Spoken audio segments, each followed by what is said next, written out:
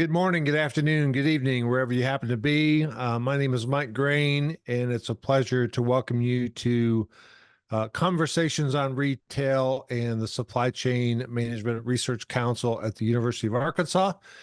This will be a 30-minute podcast or so that will just talk about the state of the industry on shelf availability. And we're going to dive a little bit deeper into some of the solution providers that I'm aware of that are out there. And we'll get into that in just a minute. This podcast is going to be sponsored both by Conversations in Retail as well as the On-Shelf Availability Group, and it's presented by the Walton Supply Chain Center at the University of Arkansas. So, thank you for sponsoring this. They have been the undergraduate supply chain program in 2020, 2022. And we're happy to announce that they were just announced the #1 supply chain in 2024. So congratulations to all of the folks as part of the University of Arkansas. We want to spend some time talking about the state of on-shelf availability in the industry. At the moment of this taping, this is August of 2024. A lot has changed, and I've updated some of the research that we have found that's out there and some of the solution providers as well. So first, we're going to start with kind of a quote. We've used Sam Walton's quote before. I thought it'd be appropriate to use Doug McMillon, who's the current U.S. or actually international global CEO of Walmart, and he's had a tremendous career with Walmart, starting in stores and distribution centers, working his way through Sam's Club and International, and now has served as the CEO at Walmart. But his philosophy is pretty simple, which is if you're not meeting the wants and needs of the customers, you're done. There's not a lot of loyalty there. And he actually used to carry this particular phone screen capture with his phone. I'm not sure if he still does it or not. But one of the things that shows, if you look at some of the progress over the years about the top retailers in the United States, were people in the 1950s and 60s were people like Sears. Obviously, Sears is not really around anymore. So Sears and Kmart and Shoe Heartmarks. You see some of the folks around in the 50s and 60s, they're not around anymore. And that just a couple different things. Number one, it shows that the customer is always changing and always has higher demands. And number one, and number two, if you don't continue to innovate and meet those customer needs, things are becoming very, very difficult. So once you hit number one, if you slip down to number two, you see the history has not been very favorable. So people like Walmart and Amazon and other really leading retailer companies out there know that, and they spend a lot of time investing in new capability to meet those customers' needs. One of them is on-shelf availability. And we have continue to see disruption in the industry. This is from a new article from the IHL study. They talk about the fact that retailers have a inventory distortion that'll cost retailers over $1.77 trillion in 2023. Now, some of that is international. Some of that is not out of stocks, but it could be literally overstated inventory or understated inventory where you have too much inventory in the stores or in the supply chain that doesn't need to be there. So you've got an unnecessary level of inventory that you're carrying, and obviously there's costs associated with that. But a couple more facts that we've looked at before, and I think they're worth mentioning again. Retailers are missing out over $1 trillion in sales because they don't have what customers want, and they'll buy in their stores. Every customer that I've seen, or at least most of them, are walking around with basically a buying device with them all the time. So if they have got a situation where they are going into a retailer to look for a specific item and they're not able to find that item, they can very quickly come out, use the retailer's Wi-Fi and order it from a competitor. And that's absolutely true today. And it will continue. I believe the customer is ultimately the boss. They're going to make the decisions about where they get their products, but they are very loyal to those products, and they're going to get them. The second one, which is pretty interesting, Amazon Prime members facing empty shelves are 52% more likely than other consumers or shoppers to take out their phones and buy what they need online. That's kind of the point that I just made. Everybody's got basically an ordering device in their hand. So if you are disappointing a customer, they may reward you with a choice to go somewhere else, which is exactly what Doug mentioned in his quote. And the last one is pretty interesting too, that 24% of Amazon's current retail revenue comes from customers who tried to buy things in store first. Fascinating quote. Inventory distortion, again, includes two things. It includes, number one, obviously out of stocks. We talk a lot about out of stocks in this particular chart, et cetera. But we also we talk a lot about the fact that that's 7.2% of retail sales. And there's a lot of reasons for that. Inaccurate demand planning, inaccurate staffing, supply chain issues. We're gonna cover two or three of those here in a few minutes, but definitely the supply chain has been very, very impacted by lots of factors of the economy, and certainly it's still making a big impact in terms of out of stocks and overstocks for retailers. Secondly, overstocks in 2023 contributed to $417 billion of out of stocks and overstocks, and that's a huge number that will continue to grow unless we spend a time as an industry kind of focusing against trying to figure out the root causes and driving out those causes of out of stocks. This one's always an interesting one to me. This talks about, okay, well, what do the shoppers do? So respondents of this survey, and this was a McKinsey survey from a few years ago, at least 62% of them could not find at least one item on their shopping list. And one of the questions is, well, what would they do about that? Well, you see in this one that these particular customers that were surveyed, well, 39% of them switched to a different brand. So if they were looking for Tide detergent, maybe they went to a competitor. They still needed detergent, so they're going to switch to another brand. That probably doesn't hurt the retailer, but it definitely hurts that supplier. In this case, it'd be Procter & Gamble. 32% of those folks switched retailers. So it was something that they were very loyal to from a brand standpoint. The examples that I use a lot are things like, hey, I've got a HP printer. I'm looking for a black printer cartridge and you don't have it. I'm not going to switch to another brand. It doesn't help me to buy a Canon print cartridge to put into my HP printer. It's just not going to work. So in those cases, they switch retailers. And 13% of the time, they just waited. They waited for another option. And the last one, 16% of them just didn't buy. Now, obviously, there's substitutability factors. I would imagine that people are going to be more willing to substitute, for example, a different brand of cereal. If it came to get cereal and their favorite cereal wasn't there, they might switch to another brand or another size of that. But when you get into situations like clothing or general merchandise, like the printer cartridge that I just mentioned, they're probably going to be more suited to probably ordering that product from another retailer. Either way, somebody loses. The retailer loses or the brand loses. Ultimately, the customer is disappointed. Now, obviously, we've got stores like Walmart, like Target, Home Depot, Macy's. They are becoming both a brick and mortar store, and they're also becoming a fulfillment center. The term that's been used a lot is buy online, pick up in store, or BOPIS. You'll also actually hear people starting to call about ROBUS. Dr. Bill Hargrave from the University of Memphis talks about ROBUS, and that's research online and buy in store. So I literally, if I'm going to look for something, I'll log on to the retailer's website. I'll look to the store that's in my local area to see if they have the item I'm looking for before I even get in the car to drive to go pick up that item. Lots of retailers are doing this. Dick's Sporting Goods, Best Buys, Nordstrom's, a lot of them are using different technologies, which we'll talk about later, to be able to get that inventory more accurate.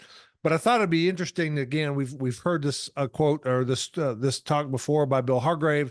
I pulled a couple of comments out about the role that research online and buy online, pickup in store have for today's retailers. Pre-pandemic, retailers kind of looked at BOPIS kind of as a nice to have. It's like, yeah, I mean, we'll offer it as a consumers. For the pandemic, it became a lifeline for a lot of retailers, and many retailers were absolutely not prepared for that. What I would do is, knowing that that we had, they were executing poorly, here's why I do it after I started realizing this is really bad. So I would go into the store and I would have my mobile device with me. I'd make sure I wasn't on the Wi-Fi. I wasn't using their app. So they didn't know who I was and they didn't know I was in the store, right? And I would literally stand in front of a shelf looking at the product and go online and say, I'd like to buy this and pick it up in store. And I'm standing there looking at the product. And so I'll share with you some of the things that I got. For example, in apparel, I'm standing here, I'm looking at, there's 5 on the shelf. On my mobile device, it says, sorry, this product's unavailable at this location. I'm looking at, there's 4 on the shelf. Online, it says there's 1 left. Another apparel item, I'm looking at, there's 3 of them on the shelf. Online, it says it's out of stock. Wow. Another one, I'm looking at it, there's 9 on the shelf. It doesn't even appear on their website. So Mike, that I just want to share with you, that's just a handful. And that I've got tons of these where it's like, this is such poor execution that you're leaving money, or the retailers are leaving money on the table. It's a combination of factors. The biggest one, I believe, is that they simply don't know what they have in the store. And they just don't have any confidence in what they have in the store. So when you don't have confidence, you do a couple of things. One, either you just completely hide it, right? And so you just say, oh, that's not available, right? Or you don't even put it on the website to even make it an option. And so we've, Dr. Hargrave has had this before. And again, he was talking a little bit about both buying online and pick up in store, as well as research online, pick up in store. But when you get right down to it, there's a lot of reasons why the supply chain creates problems. And we have on-shelf availability problems. And they really come down to 3. And you can bucket a lot of these into these 3. Number 1, we just call it store operations. The product's in the store, it's in the back room's crowded. I can't get to all the product. We've got product in the back room that should be on the sales floor available for a customer. And certainly, labor challenges create that. Operations and not running processes correctly in store causes that. Freight that gets put in the wrong location in the back room, it can't be found. Lots of different reasons for this, but basically store operations, the product is in the building, it's just not available for a customer to get it, okay? Number 2 is the supply chain. And obviously, when you think about all of the complexity it takes to actually create a product and move it throughout the supply chain, all the way back to, if I'm Procter & Gamble, I've got to get, for detergents, I've got to get surfactants, and I've got to get perfumes, and I've got to get all the other stuff that I have to do to make Tide detergent, and put it into a manufacturing process and label that product correctly, and then put it into cases, and then send it to the in-store distribution network, and then send it to the customer's distribution network, and then cross-dock it a couple times, and then ship it to the back room of the store. That's all supply chain. And lots of things can go wrong there, from raw material supplier shortages, trucking shortages. Several years during COVID, we had a huge issue where we couldn't get containers unloaded off ports, lots of different reasons. But basically, the just-in-time inventory we used to carry, what really got turned upside down with supply chain during COVID, because just-in-time works great as long as you have a pretty predictable demand and sales forecast. When you don't, that's a problem. And then the last one is a really big issue in the industry, and that's just store on-hand accuracy. The accuracy in the supply chain, for the most part, is pretty reliable because it's cases and pallets, and those are pretty hard to lose. When you get into the store, you open up the boxes in the store, and you get eaches all over the place. That's where it becomes a problem, and becomes a challenge of on-hand accuracy. And on-hand accuracy is nothing more than, it thinks I have 4 of something, but I don't have any of it. That's an example of an on-hand accuracy and discrepancy. And obviously, if it says I have 4 and I really don't have any, I'm not going to sell any because I don't have any. And secondly, I'm probably not going to reorder any because it thinks I have 4. So those are a couple of examples. These three, you can kind of bucket a lot of the on-shelf availability or availability of product issues comes from these three. This is one of my favorite examples just to go through it. And some of you have probably seen this before, but this happens to be a 4x4 section in a Walmart store of Head and Shoulders. Mostly it's Head and Shoulders, just some Selsun Blue on the bottom. But you got a couple things. You can divide a lot of retailers up into 4-foot sections. And in this 4-foot sections, you've got a lot of facings. You have a lot of SKUs, different diversity, different forms, flavors, sizes, scents, all that kind of stuff. And if you just look at this as a normal consumer, you look at this and go, it looks like it's in pretty good shape, right? For the most part, everything's faced. I can kind of read everything. Everything looks like we got one out of stock right here. Out of stock would be defined as I have a label and I have no product. And so all in all, from a casual observer, that looks pretty good. Unfortunately, there's a lot of stuff that's going on with this particular shelf that's a little bit harder to see, but it's actually going on. Number two, you have labels that are missing. So on the top left, you may see label number 1, label number 2. This is label number 4. Well, where's label number 3? Well, label number 3 is supposed to be right next to it. And for whatever reason, it's not there. They have basically changed and gotten rid of one of the labels. And therefore, if the label's not there, then the product's not there. That's also called a distribution void by most of the industry. It basically means the label's not there, therefore the product's not there. So it is just as much as out of stock as that red one down below, but unfortunately, it's not as obvious. Pricing issues. The pricing issues could be just we've got prices at the register that are different than prices at the store. Not necessarily an availability issue, but certainly a pricing modular issue. Either prices is wrong at the register or the price is wrong at the shelf. But the reality is that you're going to disappoint somebody.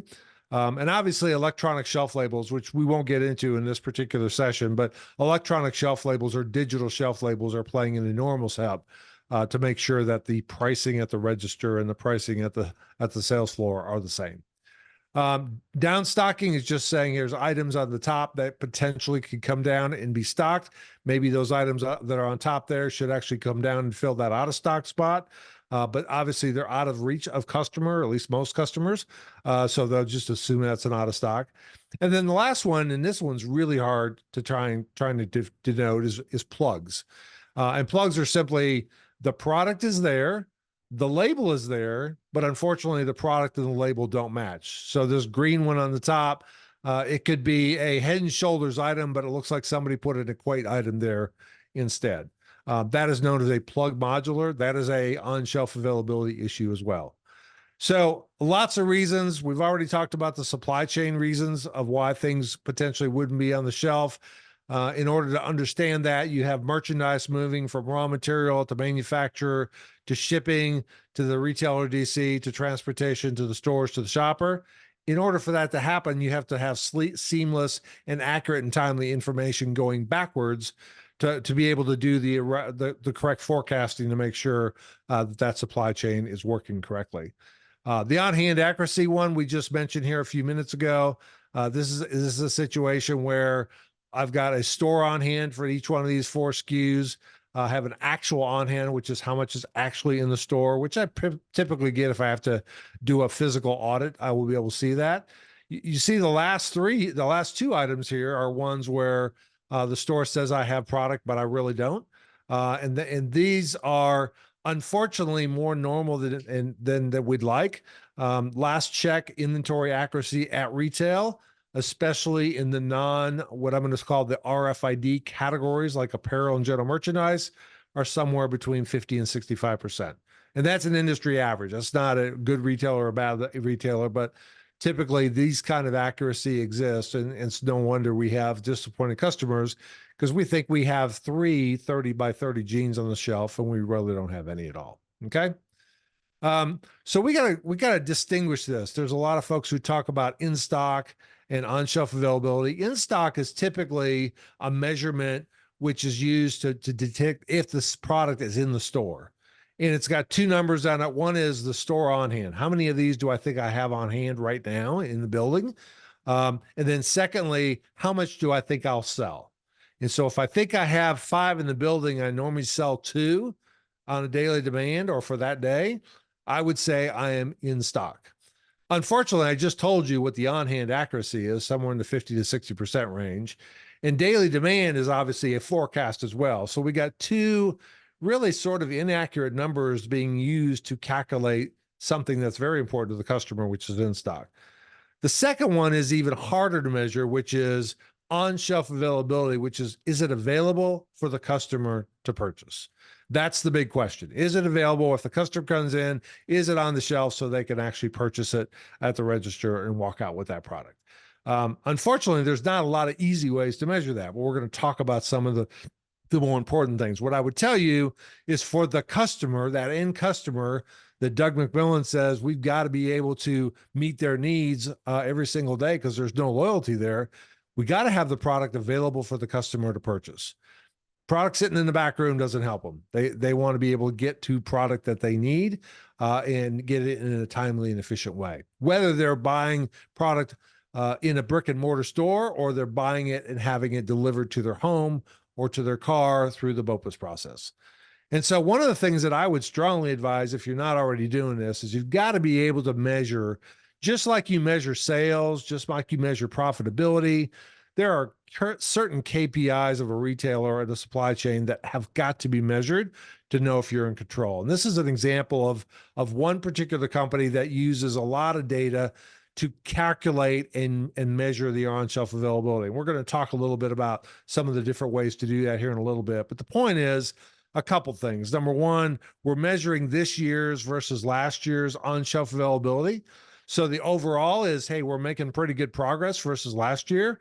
At the end of the year, we were probably at the 94, 93 or 40% before, and now we're almost at the 95%.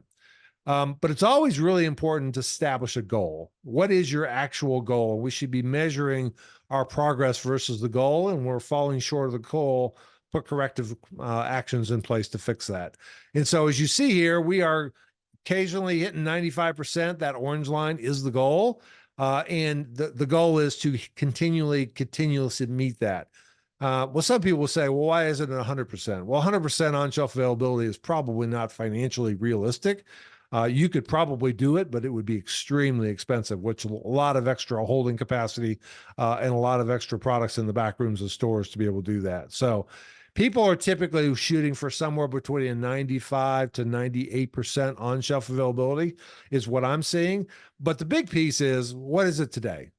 And are you measuring it? Are you measuring it just as important as any of the other KPIs like sales and profitability that you need to be tracking? Because this is actually measuring one of the components of consumer satisfaction. And here's a quote that I've used many, many times before.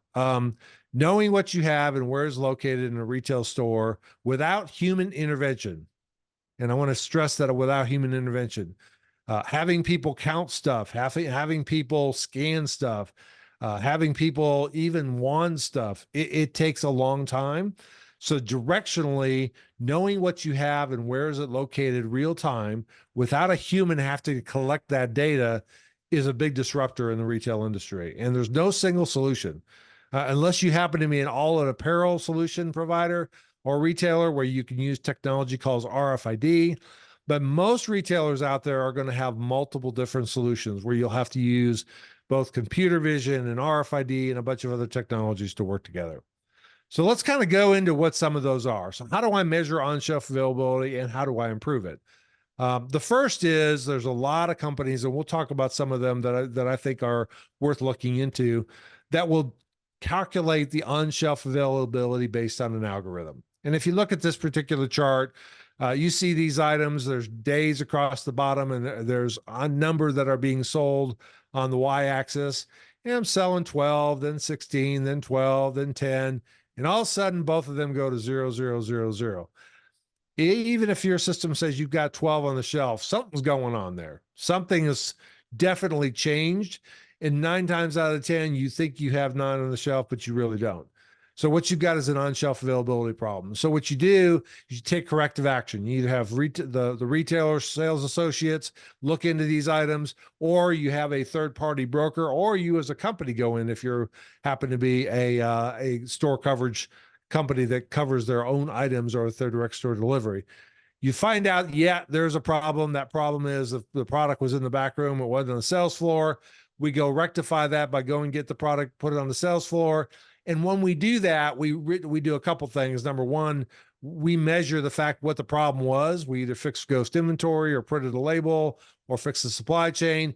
And we said we put the product back on the shelf, and then we measure what we call recovered sales. And that basically is what it says. It's not incremental sales. It's not new sales. It's just recovering the sales that you did not have because you didn't have product on the shelf.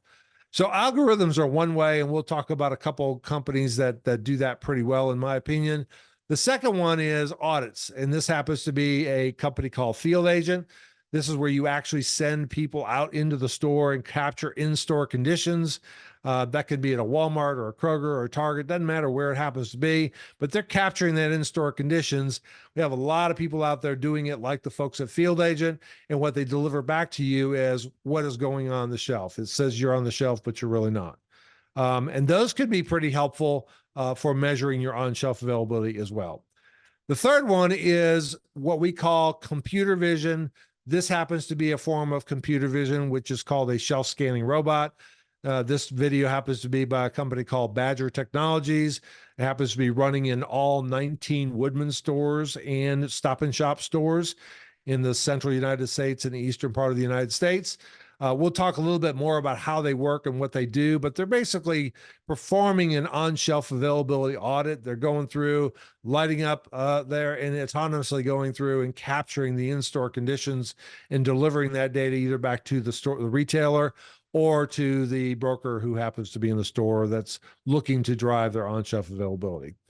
Couple more quick ones, especially if you happen to be in the apparel and GM space. RFID is becoming much more popular. It has seen a significant growth, especially in the general merchandise and apparel stage. What you see is this individual who happens to be from the Auburn University that's literally scanning these items with an RFID wand. It's engaging the tag. It's waking up a tag that happens to be in the product, very similar to a tag that would particularly be in a toll road or even a baggage tag with Delta Airlines. It's the same kind of technology. It's been around since World War II. But what he's doing is scanning that, and it's literally counting, doesn't require a line of sight, and it's counting those tags and identifying how many of these shirts do I have versus the blue ones versus the pink ones, et cetera. And very, very accurate, up to the 95 to 99% accurate range. A couple more different ways to do it. This happens to be Instacart. This happens to be an online order picker. So you can actually order your product from a company and they will go shop for you. If you have items that are on your list that don't show up in the store, they will be able to scan the shelf label and just indicate that that product was not on the shelf. So they can scan a blank label and say, I'm sorry, that product wasn't there. And that gives feedback back to both the retailer as well as the manufacturer about what some of the on-shelf availability problems were. Last but not least, in some cases, people are using fixed cameras. There are fixed cameras that are either tied to the shelf or they're part of an aisle. And what they're doing is they're continuously measuring the on-shelf availability of the product in that store. So certainly things that are high value or frequently purchased. I'll give you some examples like bread or milk or cheese or yogurt, things where you really need to have a real-time pulse because you don't want to be out of stock on those products. Cameras are a way that you can potentially do that. So now we're going to switch into, for those of you who've kind of heard this background before, we're going to switch into part of this is going to be some of the key players out here that are doing this well and how to contact them. What I'm doing to this is not an endorsement of them. These are the people that I've worked with before, and that you always have to consider their sustainability, their suitability for your circumstances. But a lot of people are like, yeah, I really want to do an algorithm-based approach. Who are some of the folks out there that do that? Or I'm looking into some robots to get into my store. Who are the people I'm going to call? So I'm going to connect you with some leading folks in the industry about that. And again, you have to make your own decisions whether that's right for you.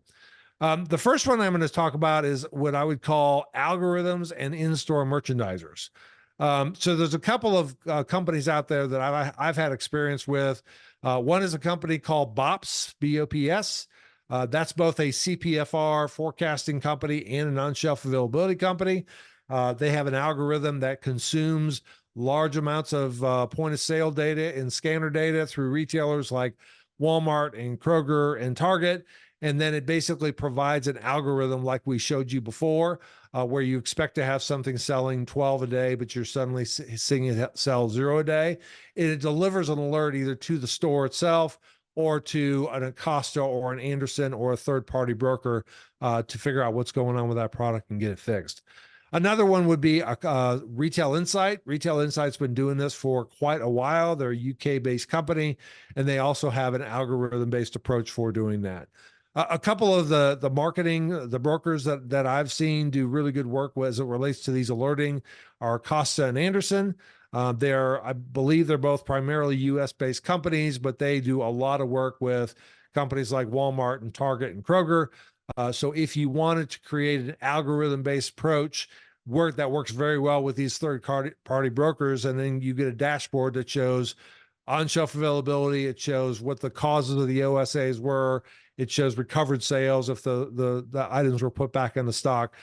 These companies do a pretty good job of both the artificial intelligence portion with BOPS and Retail Insight, and the execution delivery of that and the feedback back to those algorithms, making them much smarter. Okay, so those are a couple examples for in-store merchandisers.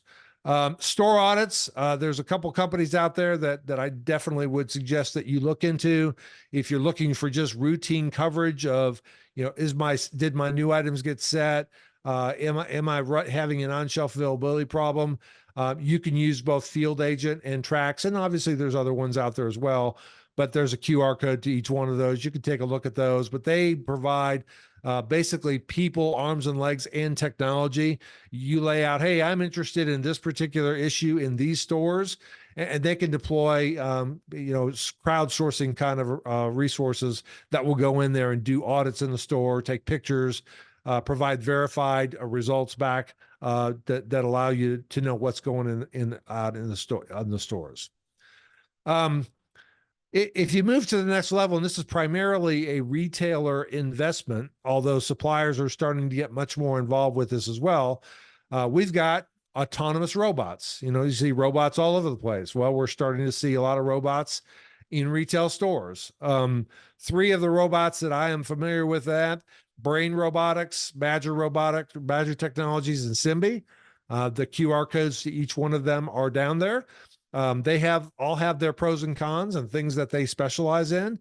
But one thing that they all specialize in is data capture of the store from a shelf scanning robotic perspective. So they will autonomously plug in, charge. They will uncouple from the charging port at a specified time. They will take a pre-described route all the way through the store, turning on cameras and turning on lights to do a very, very thorough, deep investigation of the on-shelf availability, very similar to what I showed you with that Head & Shoulders example.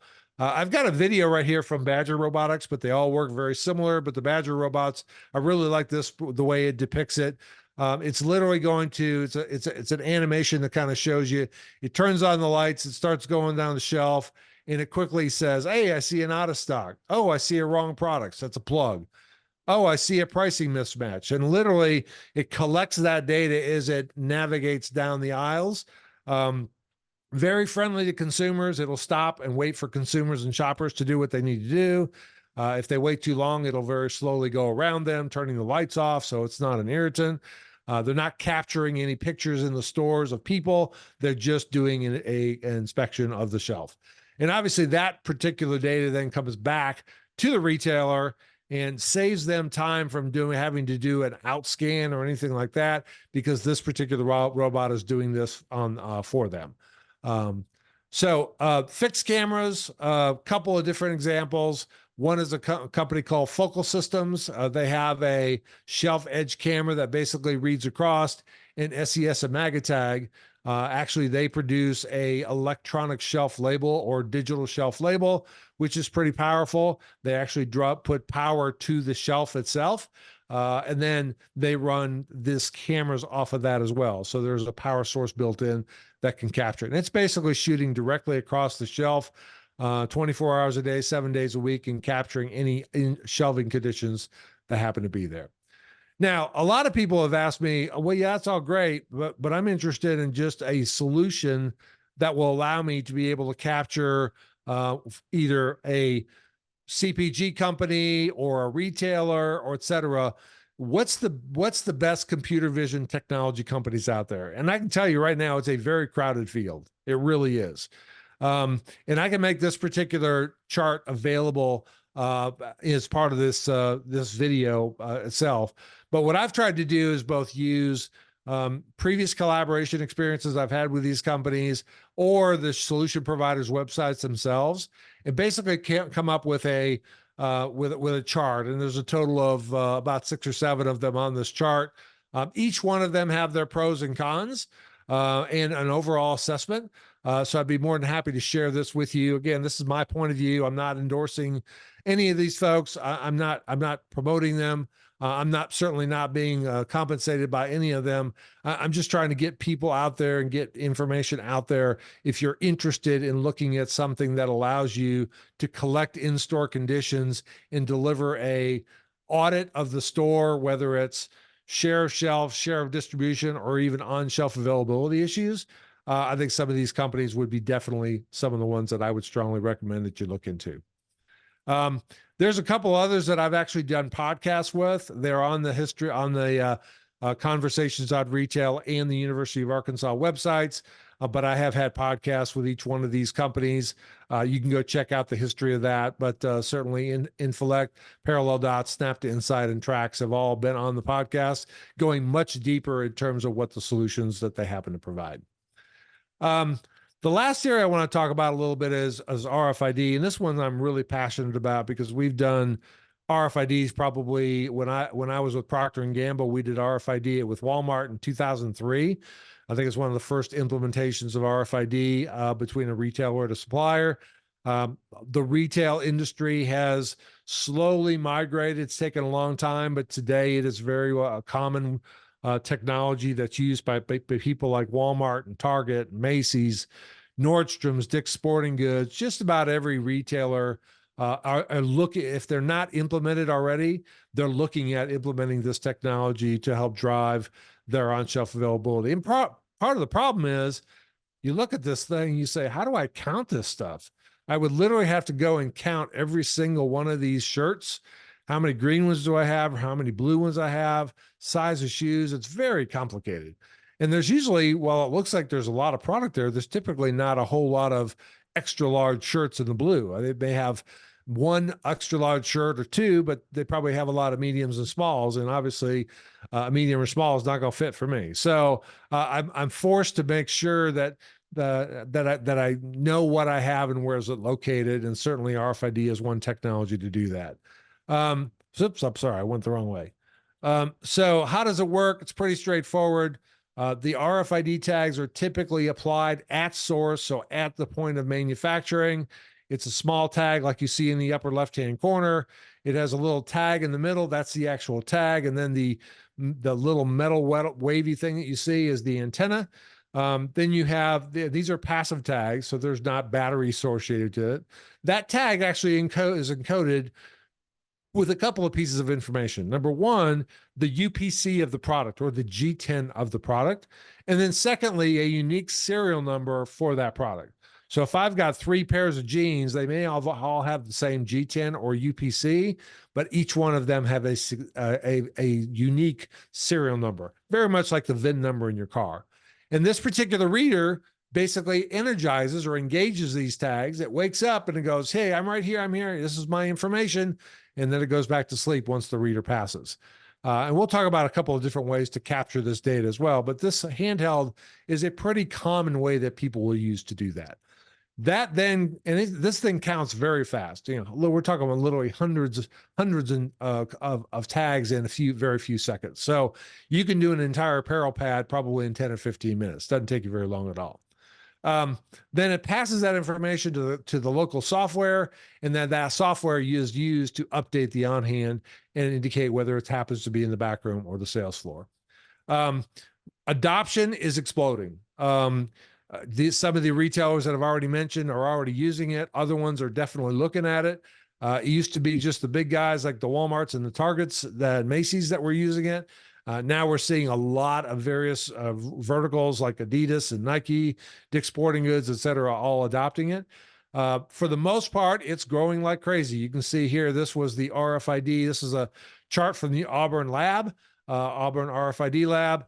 In 2023, we've obviously had over 45 billion RFID tags versus in 2018, we were only at 14 billion. And therefore, obviously the cost has come down and the speed and accuracy have gone up, like most technology. Couple of things that I would recommend after 20 years of doing this. Number one, this is a business-driven project. This is a business-driven opportunity. It's not technology-driven.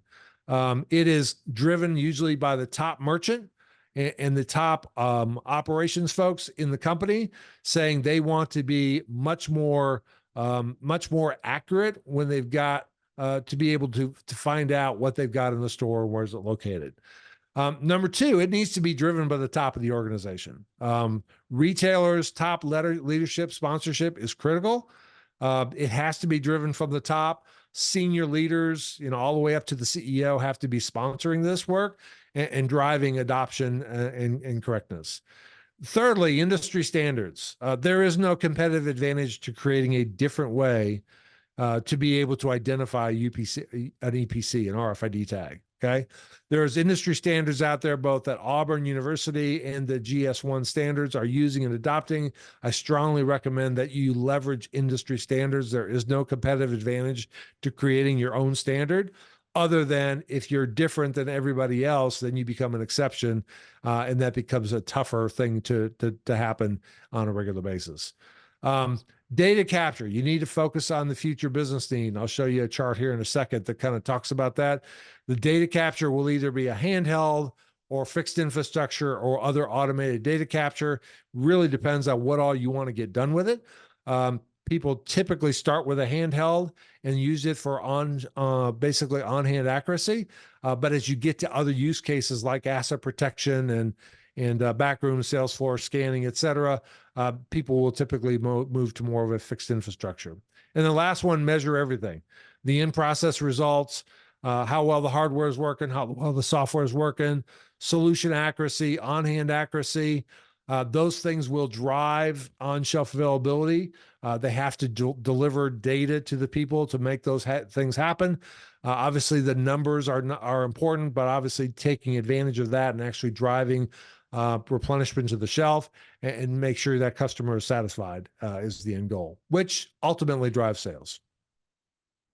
I thought it would be really helpful to hear from Deanna Baker. Deanna Baker, we took about 5 different runs at RFID when I was at Walmart. Different reasons, whether the technology wasn't quite ready yet, or was too expensive, or couldn't get critical mass, or lawsuits in the industry from a licensing and a patent perspective. Lots of different reasons why we had starts and stops. Deanna Baker was a senior vice president at the time, and I firmly remember having a conversation with her, and she was seeing her stores delivering online picking and delivery of groceries to customers, which was really great. It was really exciting, but she was in apparel.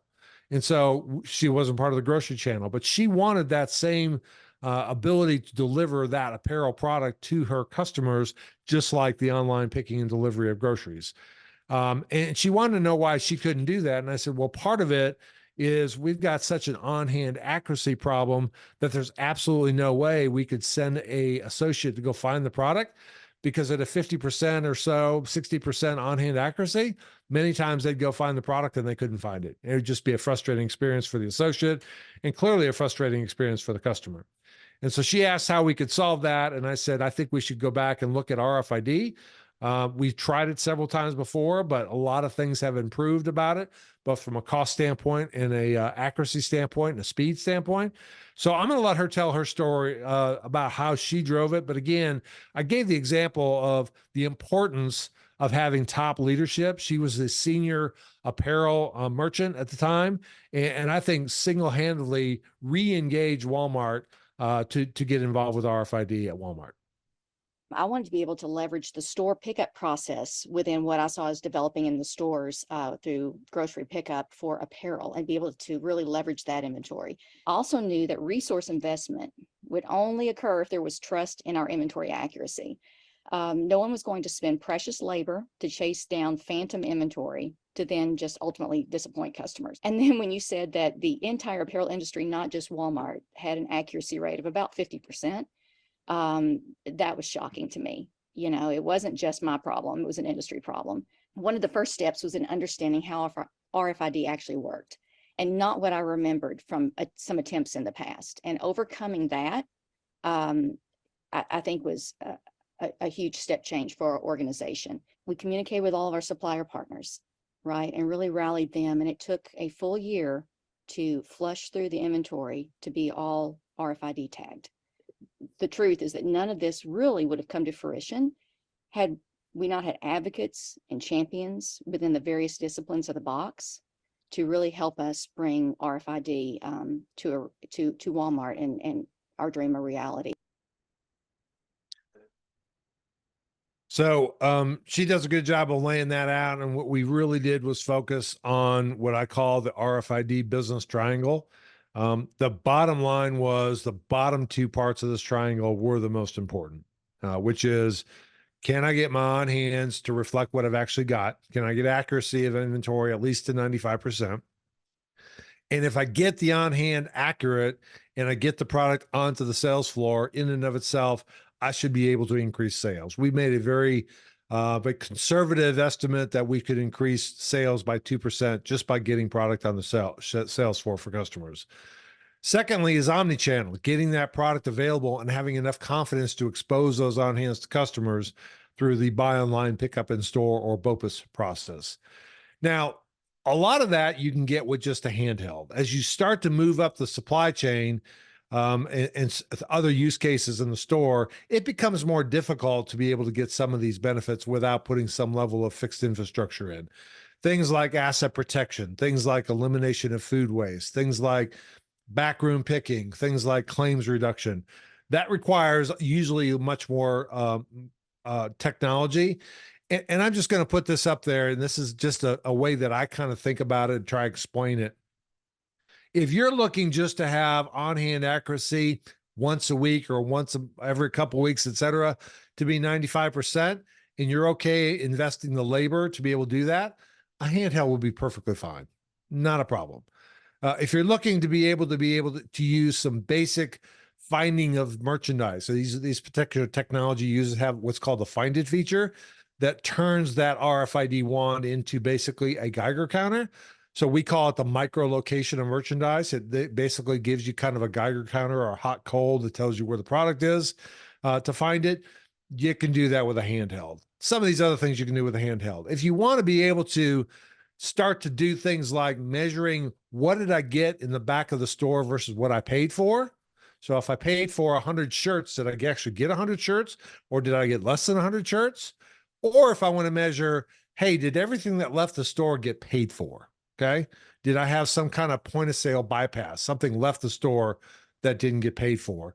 I got to put some kind of RFID fixed infrastructure. I've got control points here, but I can use control points that tell me things came into the store, things went to the sales floor, things left the store, and match that up against my receiving and my point of sale data to see if I have some abnormality where things are not we're receiving less than what we expected, or things are leaving the store without being paid for.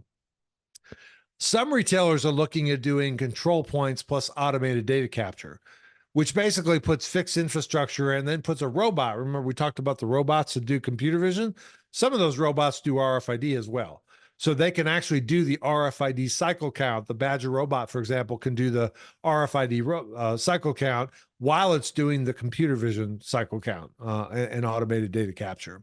And then last, some retailers are looking for full real-time, full infrastructure. So you literally know exactly what you have and exactly where it is in a real-time basis. And again, as you go up in the technology, you get more business capability, more benefits, but obviously it costs more.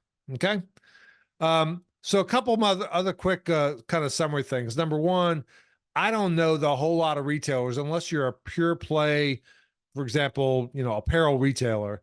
You're going to be into an environment where you have to use a lot of these different things together: computer vision, AI, RFID, 2D barcode, lots of different technologies. It's not going to be a single technology. You've got to figure out how to use those technologies together to tell the story of what do you have and where is it located.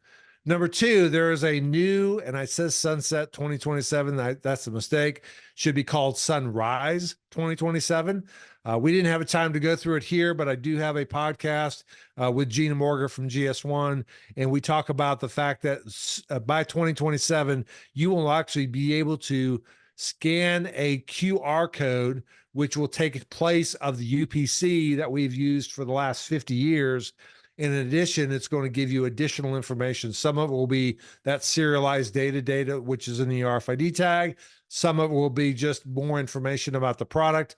Lots of websites and lots of podcasts that I've done with GS1 describing that. It's definitely worth checking out. It's going to be a huge enabler when we get to that. And the Sunrise 2027 date is just a date that is being asked for by GS1 that the retailers are able to consume those QR codes at registers. Two other quick things: leverage the conversations on retail and the University of Arkansas OSA platform. There's a lot of great content. You can go much deeper on some of these topics. And last is I host as part of my conversations on retail, a site called onshelfavailability.com. A lot of resources out there and some podcasts and some information about if you want to go a little bit deeper on some of these topics. So that is a summary of where we are with 2024. On-shelf availability continues to be a very hot topic. Lots of innovation coming through, lots of technology that's being introduced into the marketplace, a lot of work process, but everybody also understands that just go all the way back to the first Doug McMillon, there's not a lot of loyalty by customers. They're going to get the products they want. And you may or may not be the retailer that takes advantage of that for them. So, and it's a team effort. It's obviously the retailer, it's the CPG suppliers, it's the brokers, it's the direct store delivery people, it's everybody in a store that's putting work in the supply chain that really makes the retail supply chain work. So thank you for your time. We really do appreciate it. We've got a couple of pretty fun podcasts coming up here in the next series. Number one, we're going to go a little bit deeper in RFID. We've got some industry experts in the asset protection space, Joe Cole at Macy's, and we're hoping to have somebody from Lowe's talk about Project Unlock. Pretty exciting technology opportunities that really drive asset protection use cases leveraging RFID. And then we've got some special, we're going to do some special things where I believe the stories can be told better when we actually have the retailer or the supplier with the solution provider having a discussion about what the problems were. We're going to have Badger Robotics and Woodman's, a retailer in the Chicago and Wisconsin area, talk about their implementation of a Badger robot, help drive pricing accuracy and on-shelf availability, and even engagement with their supplier community. So I'm really looking for 2024 and 2025 to be a continuing version, but instead just having solution providers on, bring real business problems to folks, tell them what the situation was, tell them how they implemented the solution, and then what the results has been. So I look forward to another busy year as part of Conversations on Retail and the University of Arkansas. And until that, we appreciate you spending the time with us. Take care.